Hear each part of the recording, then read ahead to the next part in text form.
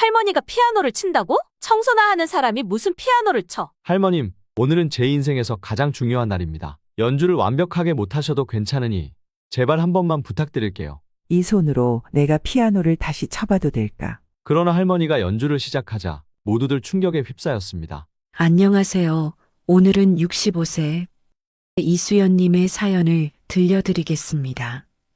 오늘의 이야기를 듣다가 화가 나고 답답하시다면 시원하게 댓글로 응원 부탁드립니다. 번거롭더라도 구독과 좋아요 한 번씩 꾹 눌러주세요. 그럼 바로 시작하겠습니다.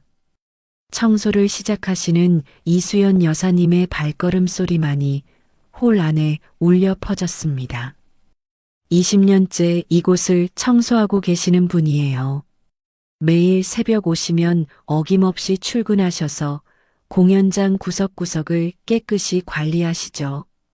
그날도 수연 여사님은 메인홀 중앙에 자리 잡은 스타인웨이 풀 콘서트 그랜드 피아노를 닦고 계셨습니다. 피아노를 닦는 여사님의 손길은 늘 달랐습니다. 다른 곳을 청소하실 때와는 다르게 마치 오랜 친구를 어루만지듯 조심스럽고 정성스러웠어요. 특히 건반 덮개를 열어 건반을 닦으실 때면 여사님의 눈빛이 한순간 달라지는 것을 종종 발견했습니다. 그러던 그날 아침 평소와는 다른 분위기가 감돌았습니다.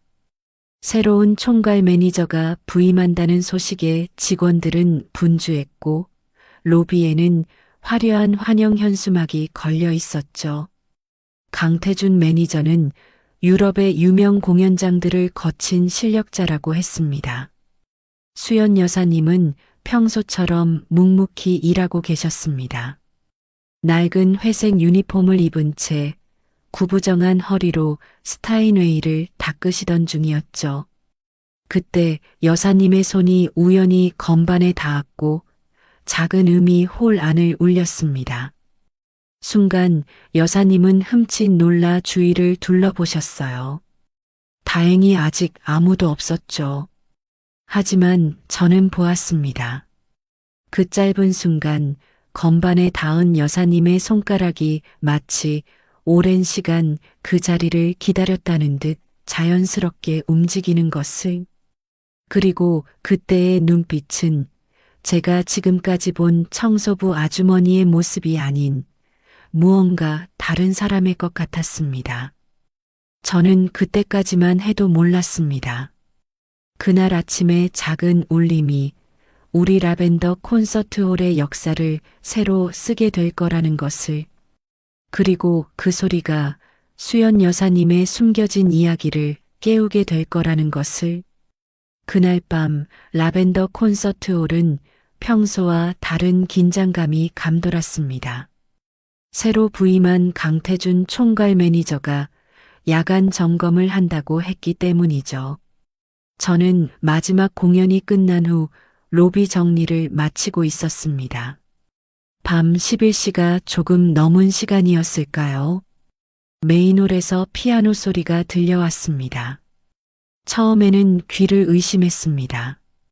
이 시간에 피아노를 연주할 사람이 있을 리 없었거든요. 하지만 분명 누군가가 쇼팽의 녹턴을 연주하고 있었습니다. 강태준 매니저도 그 소리를 들었나 봅니다. 사무실에서 나와 저와 눈이 마주쳤고 조용히 메인홀로 향했죠. 홀의 문을 살며시 열자 믿을 수 없는 광경이 펼쳐졌습니다. 수연 여사님이 스타인웨이 앞에 앉아 계셨습니다. 청소도구는 피아노 옆에 놓여 있었고 늘 보던 허리를 굽힌 모습이 아닌 고든 자세로 피아노를 치고 계셨어요. 무대 조명은 꺼져 있었지만 객석의 비상등 불빛이 여사님을 은은하게 비추고 있었습니다. 쇼팽의 녹턴 아프, 군호, 이가 공연장을 가득 채웠습니다. 전문 피아니스트의 연주라고 해도 믿을 만큼 완벽한 연주였어요. 섬세한 터치와 깊이 있는 감정 표현은 마치 오랜 세월 피아노와 함께해온 사람의 것 같았습니다. 강태준 매니저의 표정이 점점 변해갔습니다. 처음에 의아한 표정은 곧 놀라움으로, 그리고 이내 깊은 감동으로 바뀌었죠.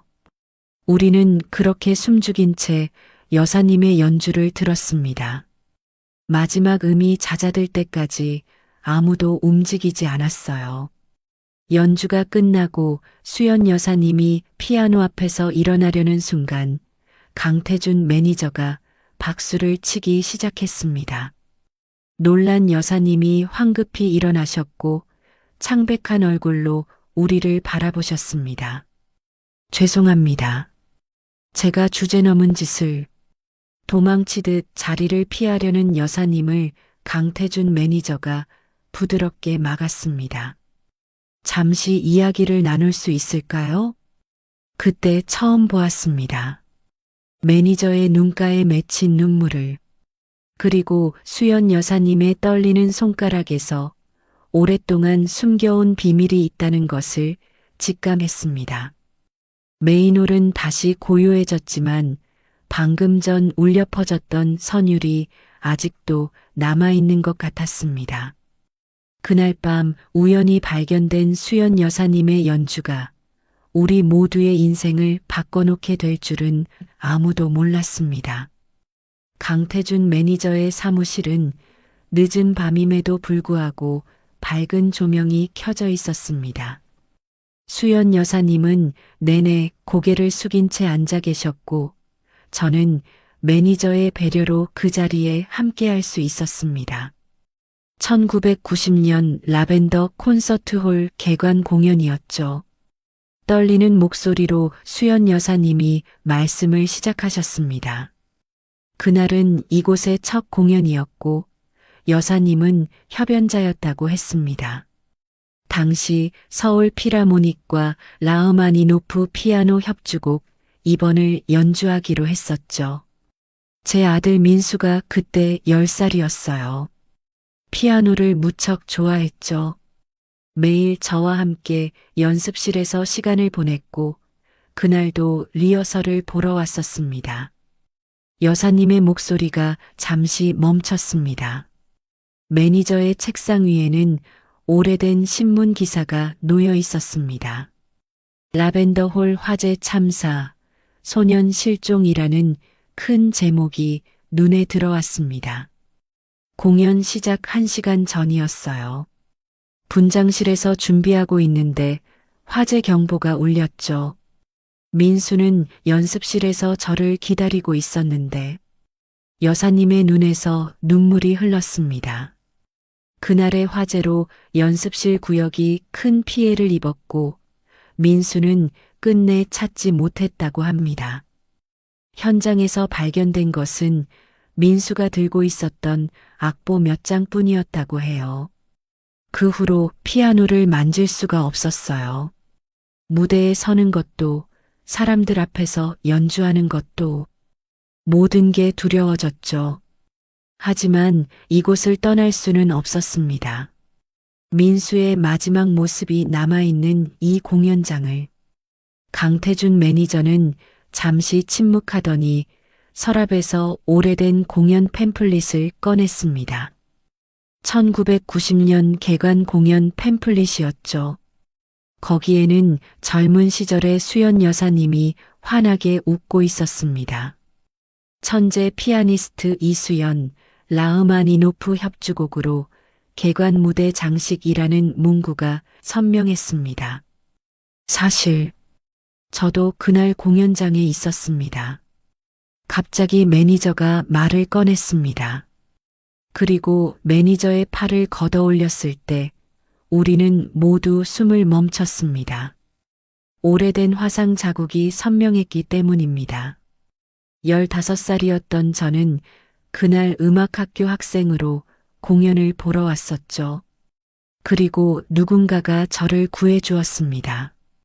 연습실 근처에서 피어난 연기 속에서 작은 소년이 순간 수연 여사님의 얼굴이 창백해졌습니다. 매니저의 눈에서는 눈물이 흘렀고 사무실은 깊은 정적에 빠졌습니다. 밤은 깊어갔지만 과거의 그림자는 우리 모두의 마음을 무겁게 짓누르고 있었습니다. 그로부터 일주일이 지났습니다. 라벤더 콘서트홀은 30주년 기념 공연 준비로 분주했습니다. 세계적인 피아니스트 마르쿠스 브라운의 특별 공연이 예정되어 있었고 티켓은 오픈과 동시에 매진되었죠. 하지만 그날 아침 예상치 못한 소식이 날아들었습니다. 마르쿠스 브라운이 급성 폐렴으로 입원했다는 소식이었어요. 공연까지 한 달도 채 남지 않은 상황에서 대체 피아니스트를 구하는 것은 거의 불가능해 보였습니다. 비상회의가 소집되었습니다. 회의실에서는 임원들의 언성이 높아졌고 정유리 하우스 매니저는 공연을 전면 취소해야 한다고 주장했습니다. 30주년 기념 공연의 취소는 콘서트홀의 명성에 큰 타격을 줄 것이 분명했죠. 그때였습니다. 제가 한 가지 제안을 하고 싶습니다. 강태준 매니저가 조용히 입을 열었습니다. 모두의 시선이 그에게 집중되었죠. 30년 전 우리 홀의 개관 공연에서 연주하기로 했던 그 곡을 다시 무대에 올리는 겁니다. 라흐마니노프 피아노 협주곡 2번. 그리고 연주자도 같은 분으로요. 순간 회의실이 술렁였습니다. 임원들은 의아한 표정을 지었고 정유리 매니저는 비웃듯 말했습니다. 30년 전 연주자요? 설마 그 청소 아주머니 말씀하시는 건가요? 우리가 지금 동네 음악회를 준비하는 게 아니잖아요. 하지만 강태준 매니저는 흔들리지 않았습니다. 그는 노트북을 켜더니 어젯밤 몰래 촬영한 수연 여사님의 연주 영상을 틀었습니다. 쇼팽의 녹턴이 회의실에 울려 퍼졌고 점차 모든 사람들의 표정이 변해갔습니다. 이게 가능할까요? 관객들이 받아들일까요? 언론의 반응은 여러 의견이 오갔지만 결국 이사장이 결정을 내렸습니다. 수연 씨를 모시고 오세요. 직접 이야기를 나누고 싶습니다. 저는 수연 여사님을 찾아 지하 창고로 향했습니다. 여사님은 늘 하시던 것처럼 묵묵히 청소도구를 정리하고 계셨죠. 제가 전한 소식에 여사님은 한동안 아무 말씀도 하지 못하셨습니다. 30년 만의 기회예요, 여사님. 이번에는 끝까지 연주하실 수 있을 거예요. 제 말에 수연 여사님의 눈시울이 붉어졌습니다. 창고의 작은 창문으로 비치는 햇살이 여사님의 얼굴을 비추었고 그 표정에서 저는 두려움과 설렘이 교차하는 것을 보았습니다. 공연 준비는 조용히 시작되었습니다. 수연 여사님은 낮에는 평소처럼 청소 일을 하시고 밤이 되면 VIP 라운지에 마련된 연습실에서 피아노를 치셨습니다. 정유리 매니저의 반대로 메인홀은 사용할 수 없었기 때문이죠. 라운지의 피아노는 스타인웨이 업라이트였습니다. 그랜드 피아노만큼 웅장하진 않았지만 수연 여사님의 손끝에서는 여전히 아름다운 선율이 피어났습니다. 저는 매일 밤 여사님의 연습을 지켜보았습니다. 이 부분이 가장 어려웠어요. 라흐마니노프 악보의 한 페이지를 가리키시며 여사님이 말씀하셨습니다. 30년 전 마지막으로 연습했던 부분이라고 했죠. 손가락은 기억하고 있었지만 마음이 떨리는 게 느껴진다고 하셨습니다.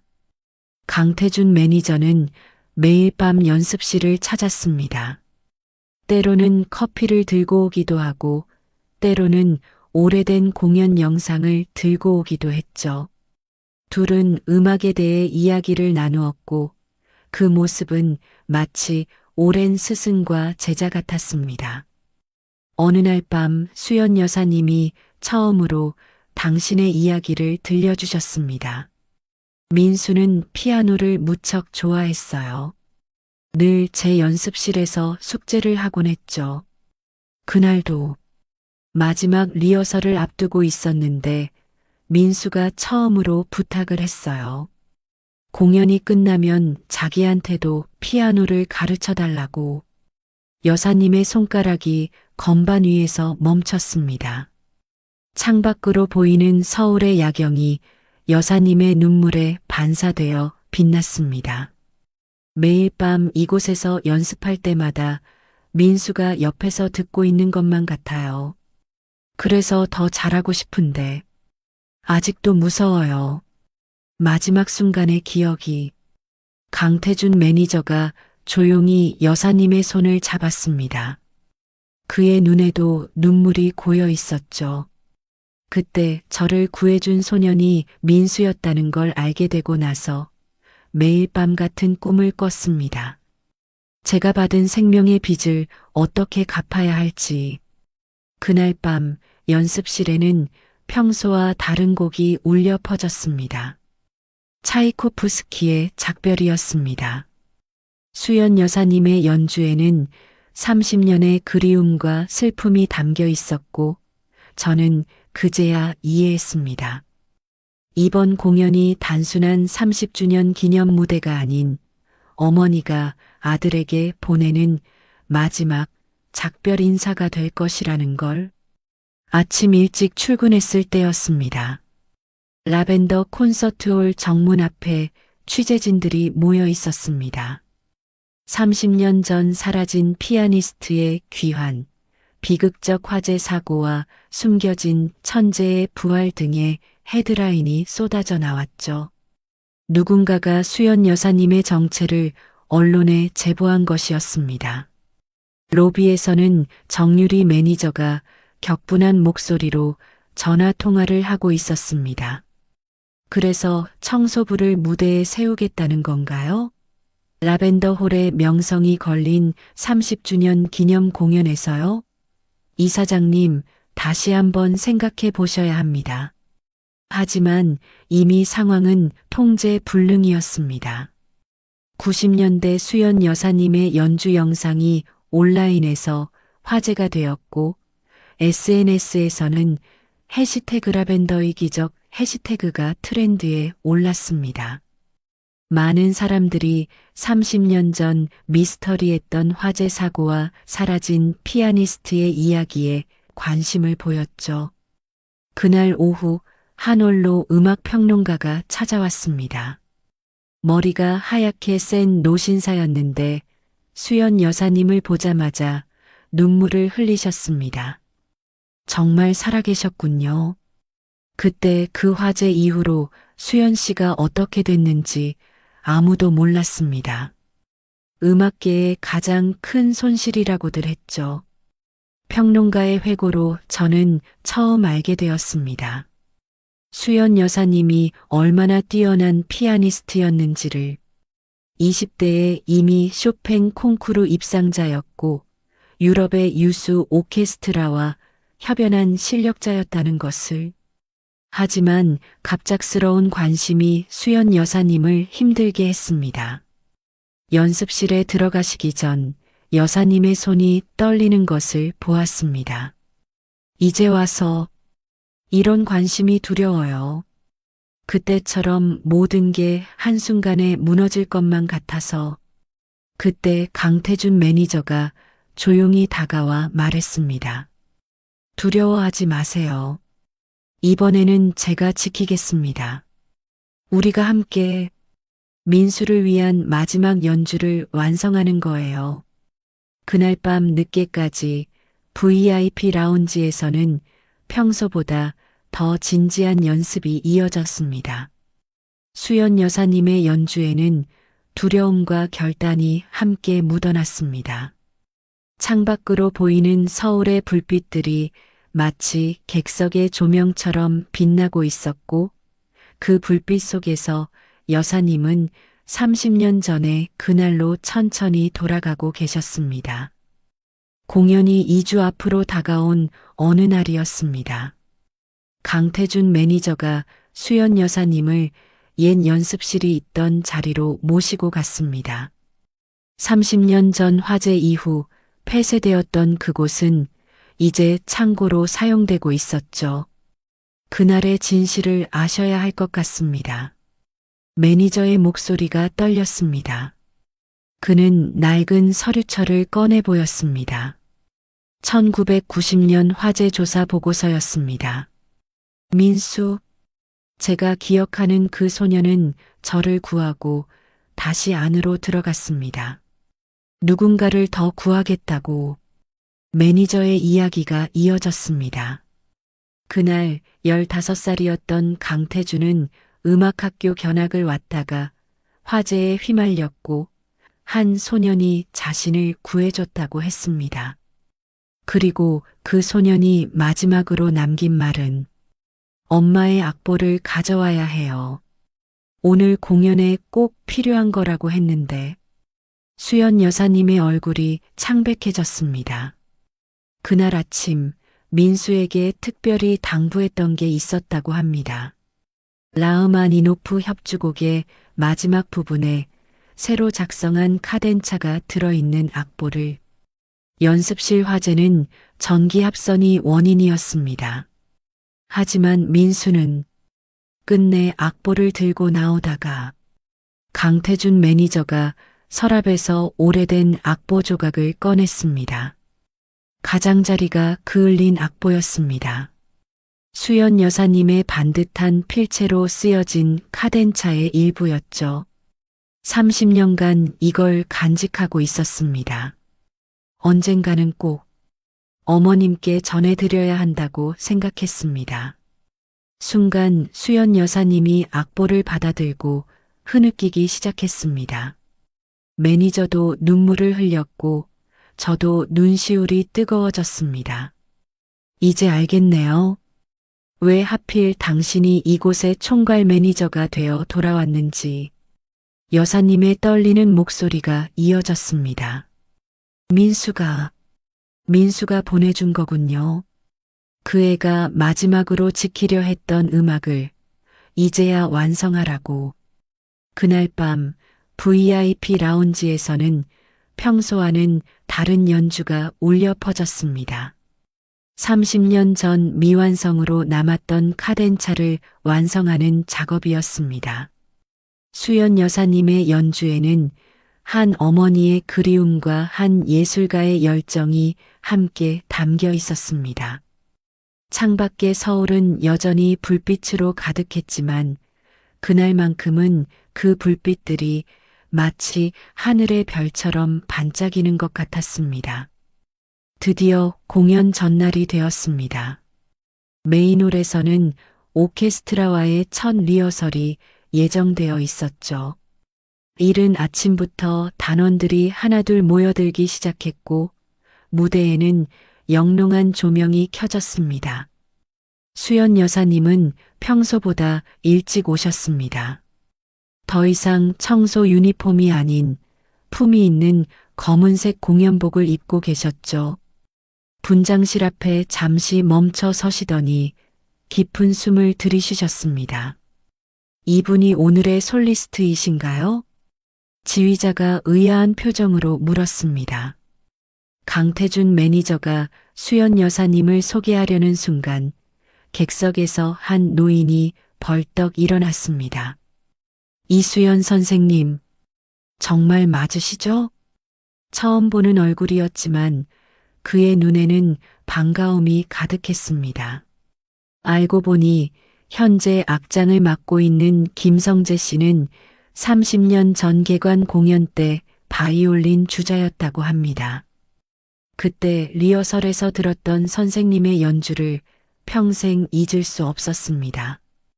우리 모두 선생님의 귀환을 기다려왔어요. 갑작스러운 재회에 수연 여사님의 눈시울이 붉어졌습니다. 하지만 이내 담담히 피아노 앞으로 걸어가셨죠.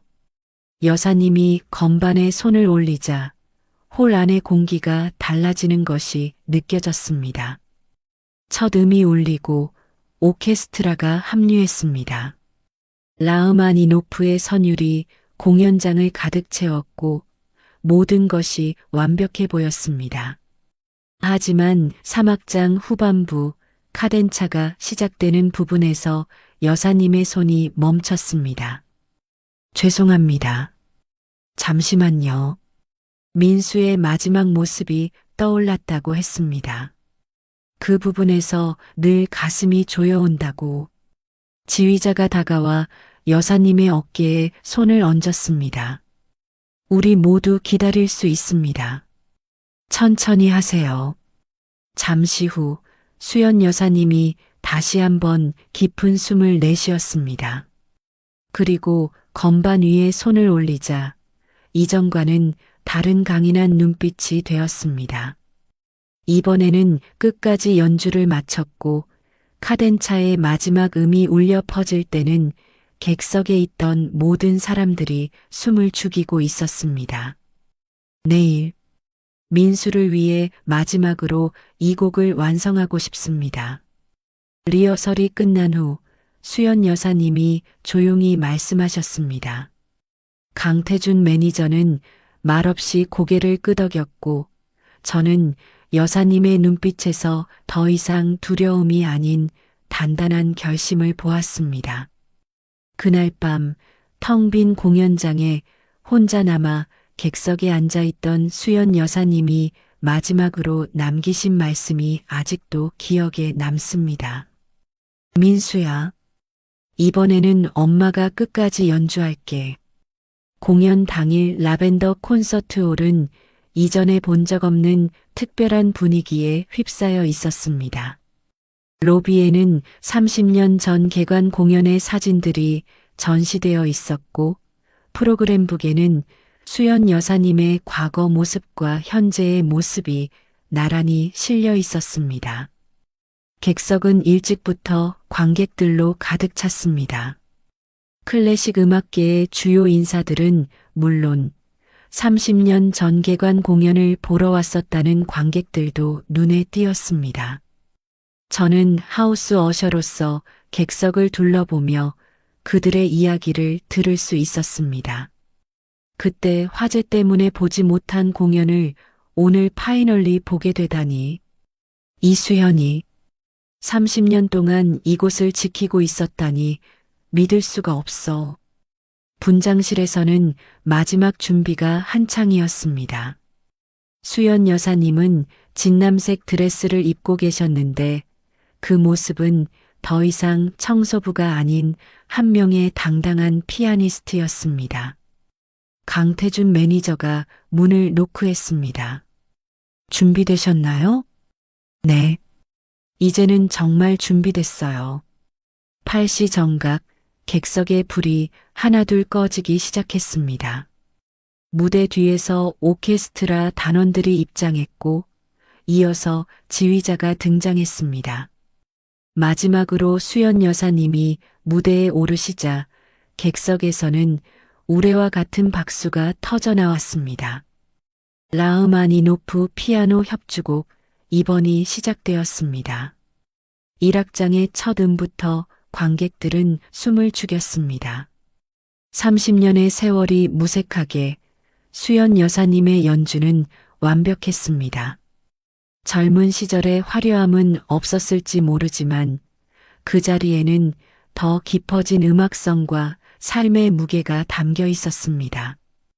2악장에 들어서자 객석에서 훌쩍이는 소리가 들리기 시작했습니다. 아름다운 선율 속에 한 어머니의 그리움이 녹아 있었기 때문일까요?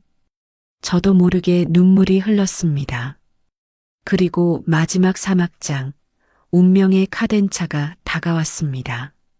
수연 여사님의 손가락이 잠시 멈칫했지만 이내 힘찬 선율이 터져 나왔습니다. 30년 전 미완성으로 남았던 그 부분을 이제는 당당히 연주해내고 계셨습니다. 마지막 음이 울려 퍼졌을 때 공연장은 한동안 침묵에 잠겼습니다. 그리고 갑자기 한 관객이 자리에서 일어났고 이어서 모든 관객이 기립했습니다. 우레와 같은 박수 소리가 홀을 가득 메웠고 브라보를 외치는 소리가 끊이지 않았습니다. 수연 여사님은 무대 중앙에 서서 오랫동안 객석을 바라보셨습니다. 그리고 마지막으로 피아노를 한 번 더 쓰다듬으셨죠. 그 순간 저는 보았습니다. 객석 맨 뒷자리에서 한 소년이 환하게 웃으며 박수를 치는 모습을. 아마도 제 착각이었겠지만 수연 여사님도 그곳을 바라보며 미소 지으셨습니다. 그로부터 6개월이 지났습니다. 라벤더 콘서트홀은 크게 변화했습니다. 메인홀 로비에는 이수연 살롱이라는 새로운 공간이 생겼고 그곳에서는 매주 신인 음악가들의 작은 공연이 열립니다. 수연 여사님은 더 이상 청소부가 아닌 라벤더홀의 음악 감독으로 일하고 계시죠. 정유리 하우스 매니저는 자진해서 사임했습니다. 떠나기 전 수연 여사님께 깊은 사과를 했다고 합니다. 그날 이후 여사님은 용서는 새로운 음악의 시작이에요라는 말씀을 하셨죠. 강태준 매니저의 제안으로 민수 장학 프로그램이 시작되었습니다. 재능은 있지만 형편이 어려운 음악도들을 위한 프로그램이에요. 첫 장학생 선발날 수연 여사님은 마치 당신의 아들을 만난 것처럼 학생들 한 명 한 명을 따뜻하게 맞아주셨습니다. 음악은 결코 혼자 하는 게 아니에요. 늘 누군가의 이야기를 담고 있죠. 매주 화요일 저녁 수연 여사님은 장학생들과 마스터 클래스를 진행하십니다. 젊은 음악가들은 여사님의 연주는 물론 삶의 이야기에도 깊은 감동을 받는다고 해요. 특히 3악장 카덴차를 설명하실 때면 모두가 숨죽이고 듣는다고 합니다. 30주년 공연 실황은 음반으로도 발매되었습니다. 음반 재킷에는 젊은 시절의 수연 여사님과 민수의 사진이 실렸고 그날 밤의 감동이 고스란히 담겨 있습니다. 수익금은 전액 민수 장학 프로그램에 기부되었죠. 라벤더 콘서트홀은 이제 새로운 전설을 가지게 되었습니다. 매일 아침 수연 여사님은 여전히 일찍 출근하셔서 스타인웨이 피아노를 직접 관리하십니다. 하지만 이제는 청소포 대신 곡을 다듬는 손길로 30년의 침묵 대신 음악으로 홀을 채우고 계시죠. 저는 가끔 생각합니다. 그날 밤 제가 본 소년의 모습이 정말 환상이었을까요? 하지만 한 가지 확실한 건 수연 여사님의 음악 속에서 민수는 여전히 살아 숨쉬고 있다는 것입니다. 오늘도 라벤더 콘서트홀에서는 누군가의 음악이 울려 퍼지고 있습니다. 그 선율 속에는 한 어머니의 사랑과 한 아들의 용기와 그리고 30년을 넘어선 음악의 힘이 담겨 있습니다.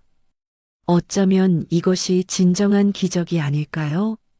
우리가 미처 알지 못했던 누군가의 이야기가 음악을 통해 우리 모두의 이야기가 되는 것.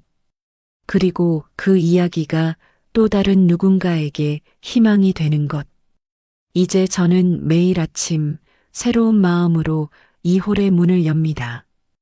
오늘도 어딘가에서 작은 기적이 시작될 것을 기대하면서요.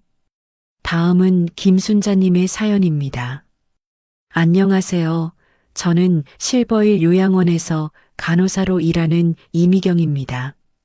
오늘 들려드릴 이야기는 우리 요양원의 김순자 요양보호사님에 관한 특별한 이야기입니다. 봄이 시작되던 어느 날 아침이었습니다. 3층 취미활동실에서 은은한 가야금 소리가 들려왔습니다. 아직 해가 뜨기 전이었는데 구슬픈 가락이 복도를 타고 흘러나왔죠.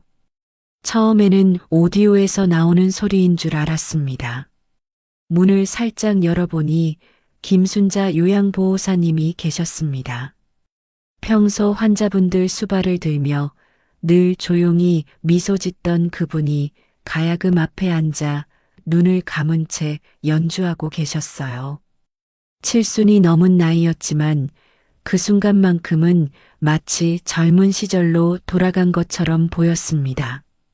순자 요양보호사님은 3년 전부터 우리 요양원에서 일하셨습니다.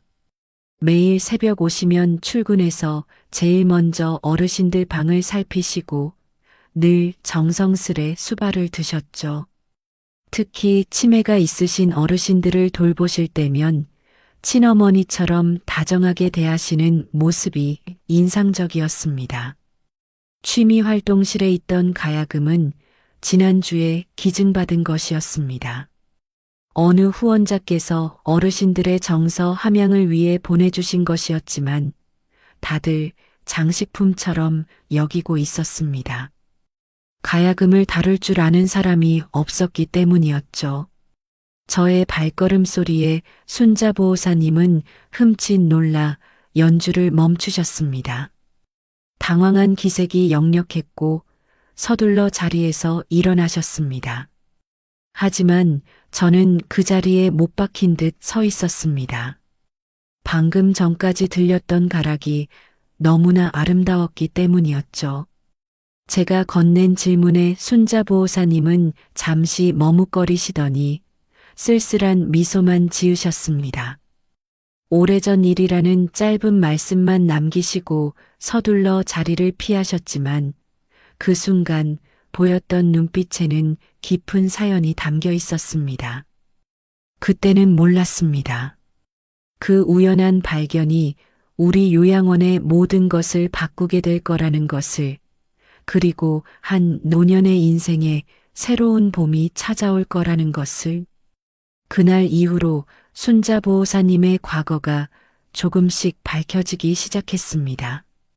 우연히 요양원 원장실에서 오래된 신문 스크랩을 발견했기 때문입니다. 1970년 전국 국악대회 대상 수상자 김순자. 20살의 그녀는 한복을 곱게 차려입고 환하게 웃고 있었습니다. 당시 순자 보호사님은 국악의 신성이라 불렸습니다. 서울대 국악과에 수석으로 입학했고 20살의 나이에 이미 여러 대회에서 상을 휩쓸었다고 합니다. 특히 가야금 산조는 그녀의 특기였고 많은 이들이 그녀를 미래의 인간문화재감이라 평했습니다. 하지만 그의 겨울, 갑작스러운 아버지의 사업 실패로 집안이 기울었습니다.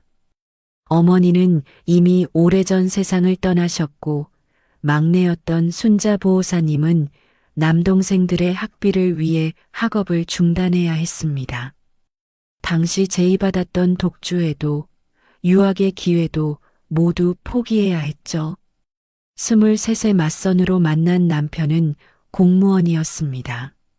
시부모님은 며느리가 가야금을 연주하는 것을 달갑게 여기지 않으셨고 예술은 가정을 꾸리는데 방해가 된다며 가야금을 처분하라 하셨습니다.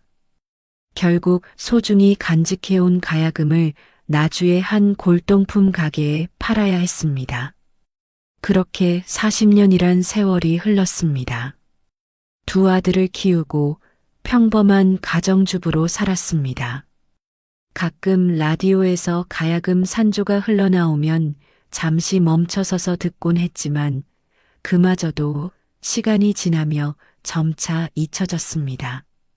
남편은 정년퇴직 후 얼마 지나지 않아 뇌졸중으로 세상을 떠났고 아들들은 각자의 가정을 꾸려 멀리 떠났습니다. 텅 빈 집에 혼자 남겨진 순자 보호사님은 우연히 요양보호사 모집 공고를 보고 늦은 나이에 자격증을 따셨습니다. 실버힐 요양원에서의 3년은 조용히 흘러갔습니다. 환자들의 수발을 들면서도 창밖으로 들려오는 새소리에 가락을 맞추고 싶은 순간들이 있었지만 그때마다 스스로를 다잡았습니다. 이제는 너무 늦었다고, 그런 꿈은 젊은이들의 것이라고. 하지만 우연히 마주한 취미활동실의 가야금은 50년 전 그날의 기억을 선명하게 불러왔습니다. 전국대회 결선 무대에서 연주했던 춘향가 중 사랑가의 선율이 반세기가 지났음에도 손끝에서 살아났습니다. 그토록 오랜 시간 잠들어 있던 봄날의 꿈이 노년의 봄날에 다시 깨어나고 있었습니다. 봄비가 내리던 어느 날 아침이었습니다. 순자 보호사님은 평소와 다르게 피곤한 기색이 역력했습니다. 밤새 치매 환자의 간호를 도맡아 하셨다고 했습니다. 다른 보호사가 급한 일로 자리를 비운 탓이었습니다. 그날 점심시간 순자 보호사님의 과거 이야기를 듣게 되었습니다. 1985년 남편의 사업 실패로 인생이 완전히 달라졌다고 했습니다. 공무원이었던 남편은 퇴직금으로 시작한 사업에 실패했고 빚쟁이들의 독촉이 시작되었습니다. 당시 고등학생이던 첫째와 중학생이던 둘째를 위해 순자 보호사님은 처음으로 집 밖으로 나섰습니다. 시장에서 반찬 가게를 시작했고 새벽부터 밤늦게까지 일했습니다. 남편은 실패의 충격으로 술에 의지했고 집안의 모든 책임이 그녀의 어깨로 넘어왔습니다. 시부모님은 며느리가 바깥일을 하는 것을 못마땅해 하셨습니다. 자식 교육은 뒷전이고 가정을 돌보지 않는다며 매번 탓하셨지만 순자 보호사님은 묵묵히 견뎌냈습니다. 두 아들의 대학 등록금을 마련하는 것이 그때의 유일한 목표였습니다. 10년간의 고된 시간이 지나고 두 아들은 무사히 대학을 졸업했습니다. 하지만 남편과의 관계는 회복되지 못했고 결국 이혼을 선택했습니다. 50살이 되어서야 찾아온 해방이었지만 그 자유는 곧 깊은 고독이 되었습니다. 작은 원룸에서 혼자 지내던 시절 가끔 옛 가야금 가락이 그리워질 때면 베란다에 놓인 화분들을 앞에 두고 손가락을 움직이곤 했습니다. 화분 받침대를 가야금줄 삼아 연주하던 그 시간만큼은 젊은 시절의 꿈으로 돌아갈 수 있었습니다. 아들들은 각자의 가정을 꾸리고 바쁜 삶을 살았습니다. 명절에 잠깐 얼굴을 비추는 것이 전부였고 점차 그마저도 줄어들었습니다. 텅 빈 방에서 혼자 보내는 시간이 늘어날수록 무언가 새로운 일을 시작해야겠다는 생각이 들었습니다. 요양보호사 자격증 공부를 시작한 것은 68배 나이였습니다. 늦은 나이에 시작하는 공부가 쉽지는 않았지만 오히려 그 시간이 외로움을 잊게 해주었습니다. 같은 처지의 동료들을 만나며 새로운 희망도 생겼습니다. 실버힐 요양원에서의 새로운 시작은 그렇게 찾아왔습니다. 비록 청소와 식사 보조 그리고 어르신들의 시중을 드는 일이었지만 순자 보호사님은 처음으로 자신이 선택한 일이라는 생각에 자부심을 느꼈습니다. 하지만 누구에게도 말하지 못했습니다. 밤마다 꾸는 꿈속에서는 늘 20살의 자신이 가야금을 연주하고 있었다는 것을. 봄이 무르익어가던 어느 날이었습니다. 3층 치매병동의 김영자 할머니가 갑자기 불안 증세를 보이기 시작했습니다. 평소에도 공격적인 성향을 보이시던 분이었지만 그날따라 유난히 심했습니다.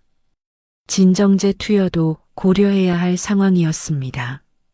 그때 순자 보호사님이 조용히 취미활동실로 김영자 할머니를 모시고 갔습니다. 잠시 후 그곳에서 가야금 소리가 들려왔습니다. 수십 년 전 유행했던 대중가요를 가야금으로 연주하는 소리였습니다. 놀랍게도 김영자 할머니의 불안 증세가 잦아들기 시작했고 어느새 옛날 이야기를 들려주시기 시작했습니다.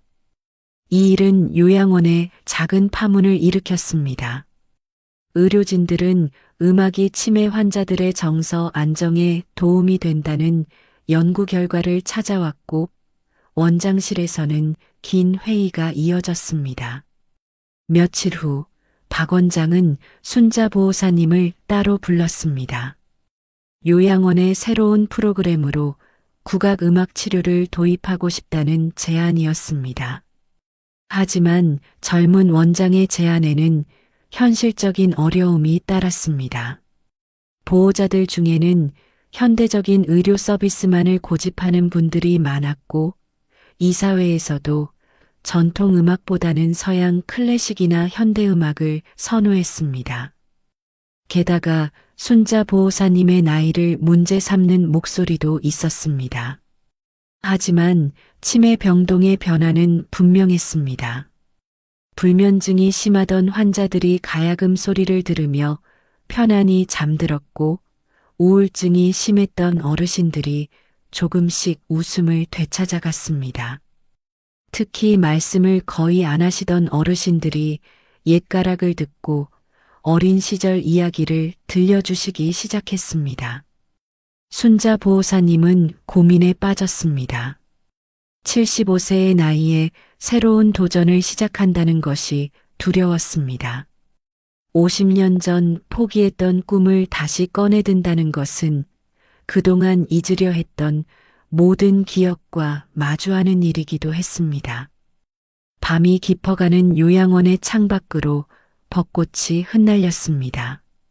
취미활동실의 가야금 앞에 홀로 앉아있던 순자 보호사님의 눈가에 작은 이슬이 맺혔습니다. 인생의 황혼기에 찾아온 뜻밖의 기회 앞에서 그녀의 마음속에는 새로운 봄이 움트고 있었습니다. 매일 저녁 6시 요양원의 일과가 끝나고 나면 취미활동실에는 은은한 가야금 소리가 울려 퍼졌습니다. 순자 보호사님은 하루의 피로도 잊은 채 밤늦게까지 연습에 매진했습니다. 50년 만에 다시 잡은 가야금줄은 예전처럼 쉽게 손에 익숙해지지 않았지만 그래도 하루하루 조금씩 발전이 보였습니다. 치매 병동의 할머니들은 점점 더 많이 취미활동실로 모여들었습니다. 처음에는 한두 분이었지만 어느새 10명이 넘는 어르신들이 순자 보호사님의 연주를 듣기 위해 찾아오셨습니다. 특히 불면증이 심하던 박수님 할머니는 가야금 소리를 들으며 처음으로 편안한 잠을 이루셨다고 합니다. 가장 큰 변화를 보인 것은 3층 말기 치매 병동의 어르신들이었습니다. 평소 폭력적인 성향을 보이던 환자들의 불안 증세가 눈에 띄게 줄어들었고 식사를 거부하던 어르신들도 음악 시간 후에는 조금씩 드시기 시작했습니다. 하지만 모든 것이 순탄한 것은 아니었습니다. 보호사님의 손가락은 자주 경련을 일으켰고 오랜 시간 가야금 앞에 앉아 있는 것도 힘들었습니다. 무엇보다 나이든 보호사가 음악 치료를 한다는 것에 대한 젊은 의료진들의 불신이 컸습니다. 어느 날은 김영자 할머니가 갑자기 악기를 쳐내는 일이 있었습니다. 순간적으로 당황했지만 순자 보호사님은 묵묵히 그날의 일과를 마무리했습니다. 그리고 다음 날 더 따뜻한 미소로 김할머니를 맞이했습니다. 보호사님의 한결같은 태도에 김할머니는 조금씩 마음을 열기 시작했습니다. 시간이 흐르면서 취미활동실은 작은 변화를 맞이했습니다. 어르신들이 좋아하시는 옛 노래 악보가 벽에 걸리고 창가에는 계절 꽃들이 놓였습니다. 휠체어를 타고 오시는 분들을 위해 문턱을 없애고 편안한 쿠션도 마련되었습니다. 매주 금요일 저녁이면 작은 음악회가 열렸습니다. 순자 보호사님의 가야금 연주와 함께 어르신들은 자연스럽게 옛 노래를 흥얼거리셨습니다. 때로는 눈물을 흘리시기도 하고 때로는 환하게 웃으시며 젊은 시절 이야기를 들려주셨습니다. 봄날의 저녁 무렵 취미활동실 창문으로 석양이 비쳤습니다. 순자 보호사님의 가야금 소리에 맞춰 어르신들의 노랫소리가 부드럽게 어우러졌고 그 속에서 우리는 작은 기적이 시작되고 있음을 느낄 수 있었습니다. 초여름의 어느 날이었습니다. 요양원 이사회가 열린다는 소식이 전해졌습니다. 최근 들어 늘어난 전통 음악 치료에 대한 논의가 주요 안건이었습니다. 이사장이었던 정문길 회장은 평소 현대적 의료 시스템만을 고집하는 것으로 유명했습니다. 회의가 시작되고 얼마 지나지 않아 원장실에서 언성이 높아졌습니다. 정 회장은 요양원의 이미지 쇄신을 위해 젊은 음악 치료사를 영입해야 한다고 주장했습니다. 75세의 고령 요양보호사가 진행하는 프로그램은 요양원의 품격을 떨어뜨린다는 것이었습니다. 이사회의 결정은 냉정했습니다. 순자 보호사님의 음악 치료 프로그램은 전면 중단되어야 했고 대신 현대식 음악 치료 시스템을 도입하기로 했습니다. 서양 클래식과 최신 음향 장비를 갖춘 치료실을 만들 계획이었습니다. 소식을 전해 들은 치매 병동의 어르신들은 평소와 다른 모습을 보이기 시작했습니다.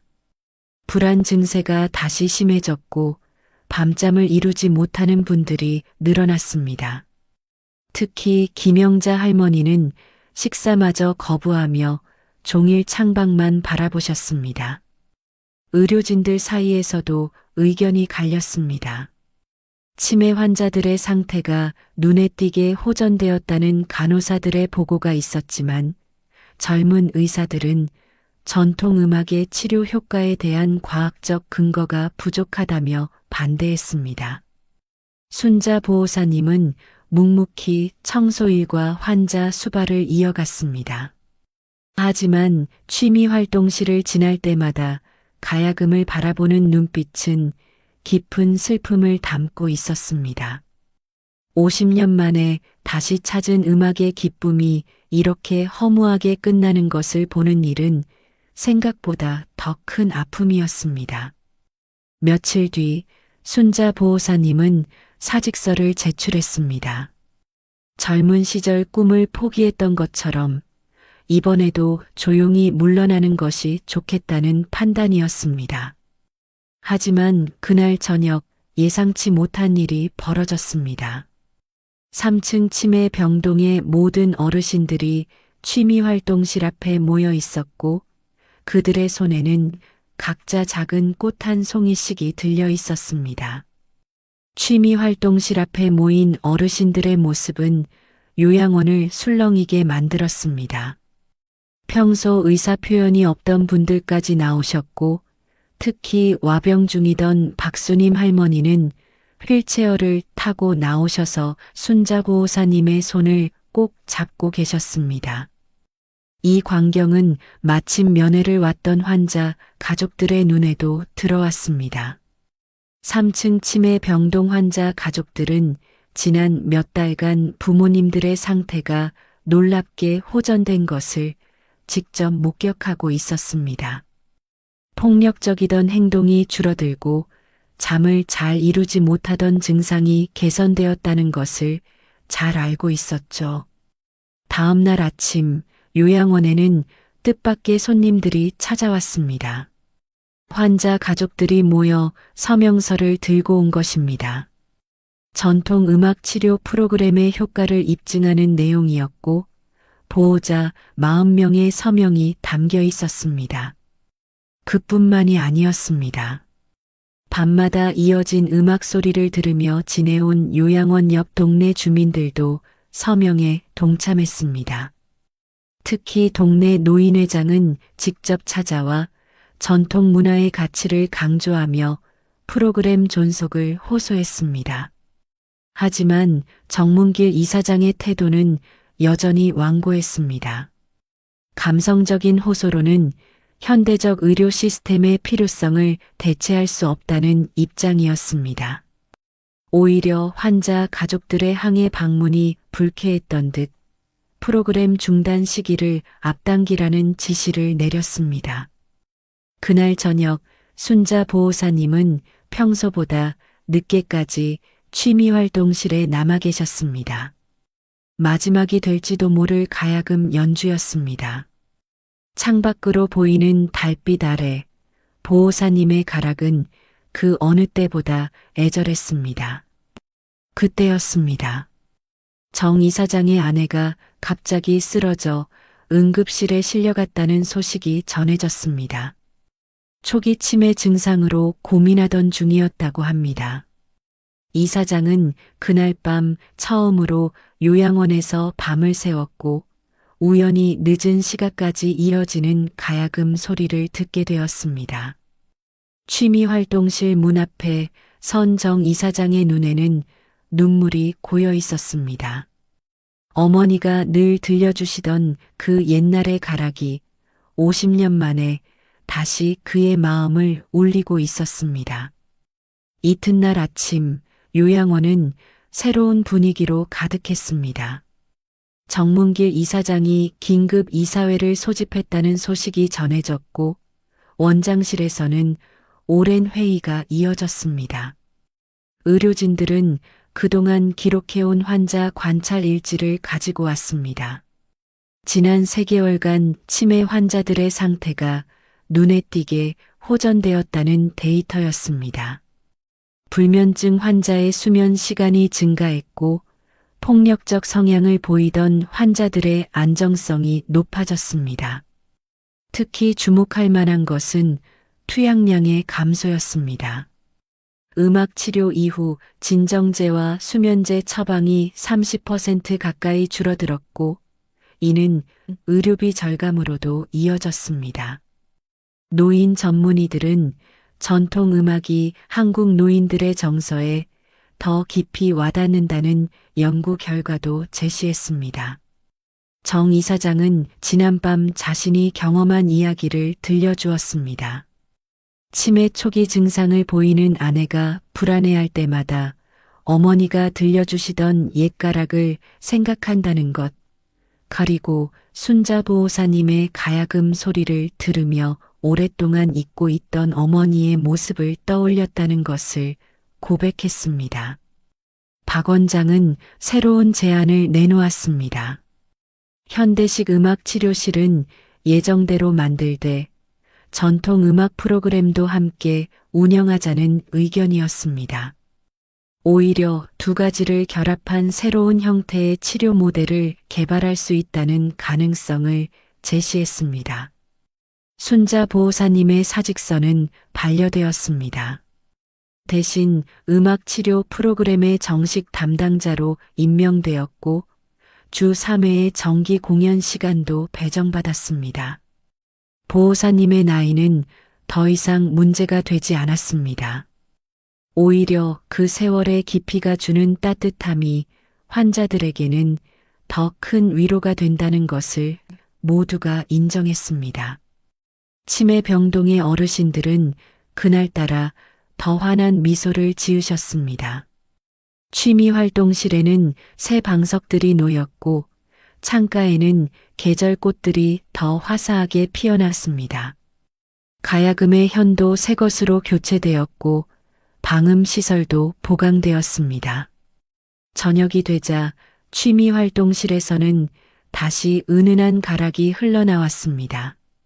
이번에는 정 이사장도 조용히 자리를 지키고 있었습니다. 음악은 그렇게 서로 다른 세대의 마음을, 서로 다른 생각들을 조용히 하나로 이어주고 있었습니다. 실버힐 요양원의 첫 공식 음악회가 열린 것은 초여름의 끝자락이었습니다. 취미활동실은 작은 공연장으로 변신했고 환자 가족들과 지역 주민들이 객석을 가득 메웠습니다. 창밖으로는 늦은 벚꽃이 흩날렸습니다. 순자 보호사님은 평소와는 다른 모습이었습니다. 옥색 한복을 곱게 차려입은 그날의 모습은 50년 전 전국대회 결선 무대의 모습 그대로였습니다. 머리도 단정히 올리고 옥비녀를 꽂으셨습니다. 공연은 치매 병동 어르신들의 합창으로 시작되었습니다. 가야금 반주에 맞춰 부르는 고향의 봄이었습니다. 평소 말씀도 없으시던 분들이 또렷한 목소리로 노래를 부르셨고 객석에서는 촬영하는 손길들이 바빴습니다. 특별히 그날은 각 지역 요양원 관계자들도 참석했습니다. 실버힐의 음악 치료 프로그램이 알려지면서 벤치마킹을 위해 찾아온 것입니다. 정문길 이사장은 이제 한국 노인 복지의 새로운 모델을 만들어가고 싶다는 포부를 밝혔습니다. 순자 보호사님의 가야금 독주 순서가 되자 객석은 숨을 죽였습니다. 첫 곡은 50년 전 전국대회에서 연주했던 춘향가 중 사랑가였습니다.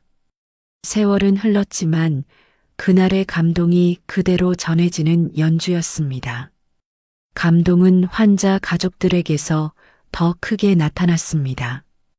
평소 자녀도 알아보지 못하던 어르신들이 음악을 들으며 옛 추억을 이야기하기 시작했고 폭력적이던 환자들이 평화로운 모습으로 연주를 감상했습니다.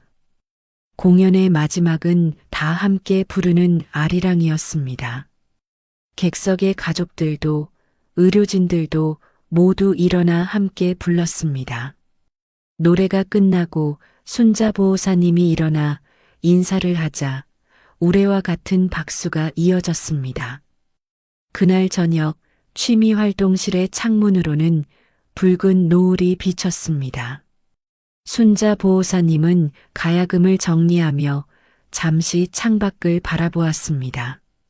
50년 전 포기했던 꿈이 인생의 황혼기에 이렇게 아름답게 피어날 줄은 몰랐다고 하셨습니다. 요양원의 작은 음악회는 그렇게 막을 내렸지만 그날의 감동은 오래도록 남았습니다. 음악의 치유력은 숫자로 증명할 수 없는 마음으로 느껴지는 것이었습니다. 그로부터 1년이 지났습니다. 실버힐 요양원은 크게 변화했습니다. 전통음악 치료센터라는 간판이 새로 걸렸고 3층에는 전용 음악실이 마련되었습니다. 순자 보호사님은 이제 정식 음악 치료사가 되어 주 5회 프로그램을 진행하고 계십니다. 치매 병동의 변화는 의료계의 주목을 받았습니다. 투약량 감소와 환자들의 정서적 안정에 대한 연구 논문이 발표되었고 전국의 요양시설에서 벤치마킹을 위해 방문했습니다. 특히 노인 환자들의 우울증 개선에 큰 효과가 있다는 것이 입증되었습니다. 76세의 나이가 무색하게 순자 보호사님은 더욱 건강해지셨습니다. 매일 아침 일찍 출근해서 가야금 연습을 하시는 것이 일과가 되었고 주말에는 다른 요양원에 특강도 나가십니다. 젊은 시절에는 꿈도 꾸지 못했던 새로운 인생이 시작된 것입니다. 정문길 이사장의 아내도 실버힐의 음악교실에 다니기 시작했습니다. 초기 치매 증상이 있는 노인들을 위한 특별반이 만들어졌고 예방 효과도 서서히 나타나고 있습니다. 이사장은 이제 전통과 현대가 조화를 이루는 새로운 노인 복지의 모델을 만들어가고 있습니다. 어느 날 순자 보호사님의 두 아들이 찾아왔습니다. 텔레비전 뉴스에서 어머니의 소식을 보고 왔다고 했습니다. 오랜만에 만난 자식들 앞에서 가야금을 연주하시는 모습은 그 어느 때보다 당당해 보였습니다. 늦게나마 어머니의 재능과 열정을 이해하게 되었다며 아들들은 눈시울을 붉혔습니다. 실버힐의 이야기는 작은 파동을 일으켰습니다. 인생은 아름다워라는 노인 문화 프로그램에서는 순자 보호사님의 이야기를 특집으로 다뤘고 많은 어르신들이 새로운 도전을 시작하는 계기가 되었습니다. 취미활동실은 이제 희망의 뜰이라는 이름으로 불립니다. 매일 아침 가야금 소리가 울리고 어르신들의 웃음소리가 가득합니다. 젊은 시절 포기했던 꿈이 노년에 꽃 피우는 곳, 세월의 무게가 오히려 깊이가 되는 곳이 되었습니다. 얼마 전 순자 보호사님께서 소박한 고백을 하셨습니다. 참 이상하지요. 젊었을 때는 무대에 서는 게 꿈이었는데 이제는 이렇게 조용히 어르신들과 함께 음악을 나누는 게 더 행복해요. 어쩌면 이것이 진짜 내 꿈이었는지도 모르겠어요. 봄날의 햇살이 비치는 희망의 뜰에서 오늘도 따뜻한 가야금 선율이 울려 퍼집니다. 그 소리는 마치 인생의 황혼기에 피어난 작은 기적처럼 모든 이의 마음을 따뜻하게 어루만지고 있습니다.